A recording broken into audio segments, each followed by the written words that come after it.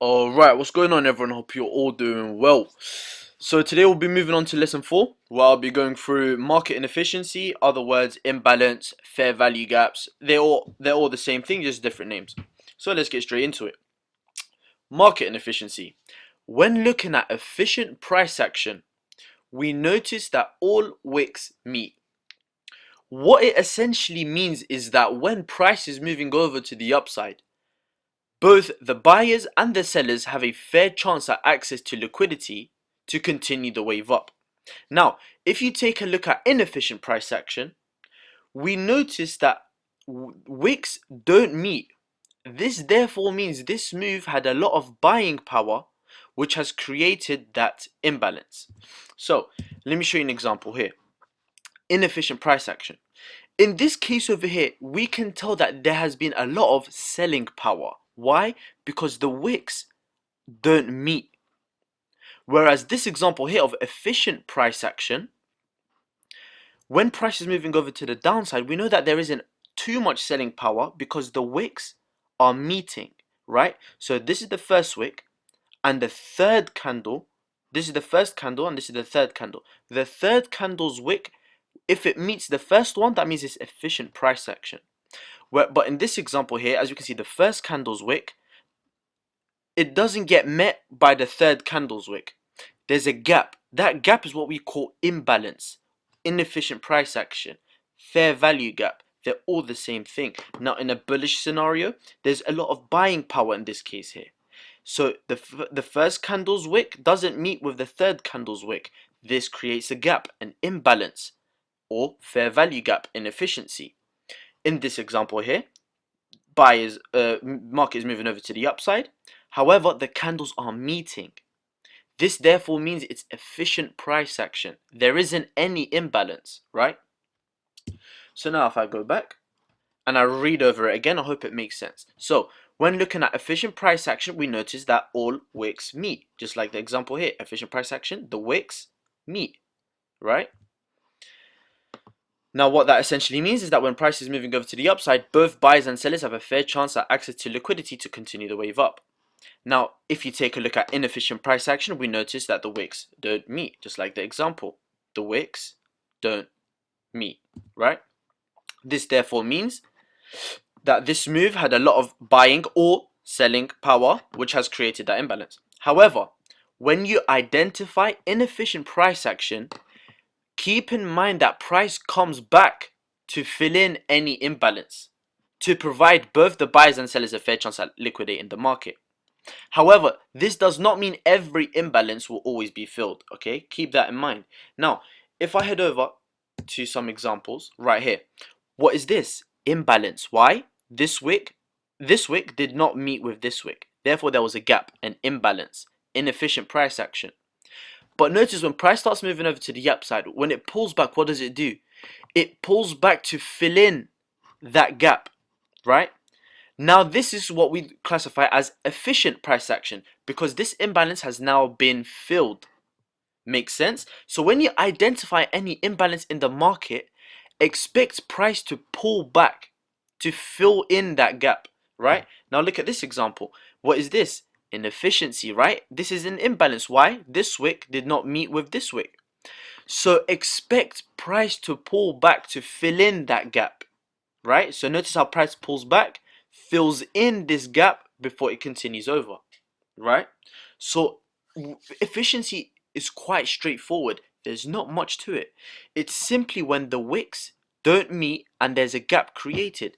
This therefore represents that there's a lot of buying, in this case a lot of selling pressure. So when price wants to pull back, it will fill in any imbalances, right? I hope that makes, and I'm going to quickly show you guys an example before I move over to lesson 5 because this is fairly straightforward. Now GC, this is one of the trades that I sent over on the Discord, right? Now in terms of this entry here, what do you guys notice here? Okay, so let me remove this order block, but look at this. Look at this wick. Let me zoom into that. This wick and this wick don't meet. So what does that mean? That from here to here, all of that is imbalance, right? There's a lot of buying power. What is this? Imbalance. What is this? Imbalance. This imbalance, again, pulled back and it got filled. But there's all of this imbalance down here and here that needs to be filled, right? So, when price moves over to the upside, right? What do we expect price to then do later on? We expect it to pull back to fill in these imbalances, right? And look what it does. It pulled back and filled in that imbalance. But there's still imbalance down here.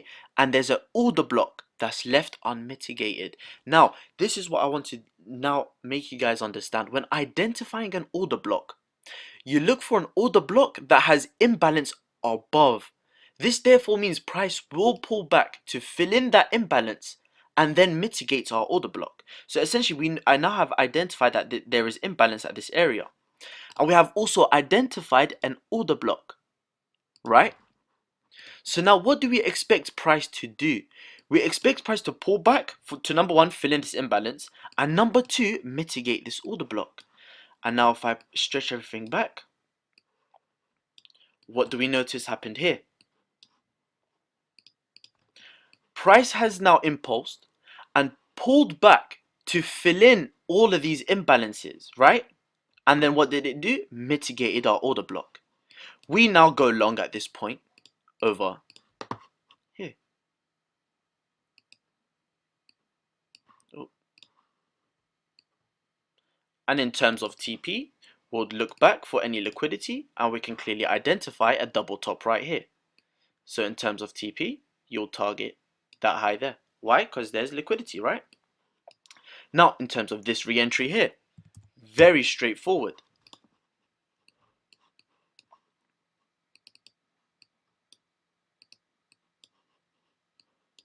What is all of this here? This whole entire area from there to there. Imbalance, right? What was this here? From this wick to that candle. Imbalance. But what happened? Price pulled back. It filled in this imbalance. But what's here? More imbalance.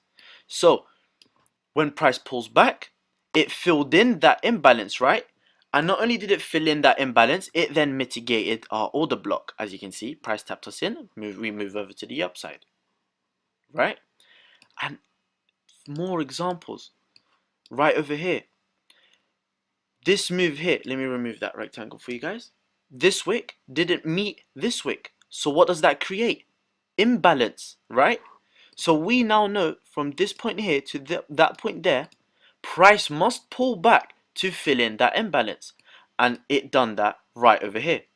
Now, in terms of mitigating our order block, it pulled back to fill in the imbalance, but it didn't mitigate our area of demand. And what do we expect? Price to pull back, mitigate that demand, to then continue the move over to the upside. And let me go show you guys further examples. AUD, NZD, right? Perfect examples. Right over here. Head over to that 30-minute. What do we notice? Let me remove this order block for now. This candle and this wick, imbalance, right? The body, the close of this candle, sorry, the open of this candle and the wick of that candle don't meet, right? So what does that create? Imbalance. Now once we have identified that, we now know when price pulls back, it has to pull back to fill in that imbalance. Now not only is there imbalance, we identify an order block right here, right? An unmitigated order block. So we now know when price pulls back, it will pull back to fill in all of these imbalances, right? As it does, all of these imbalances are now filled and it has mitigated that order block. Does that make sense? And now another example over here. What's this? Imbalance. And now what do we notice price is starting to do? It's starting to pull back. We expect it, this is current price action right now, and I'm looking at this area to then sell off again. So we now expect price to pull back, fill in this imbalance, mitigate our order block, to then continue the move over to the downside. One more example. Euro pound. Head over to that 4 hour. Let's stick to the 1 hour.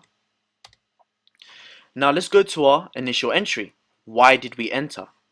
It's fairly straightforward, guys. Look, 1, we had that break of structure. 2, what is all of this? From this wick here to this wick there. What's all of that? Imbalance.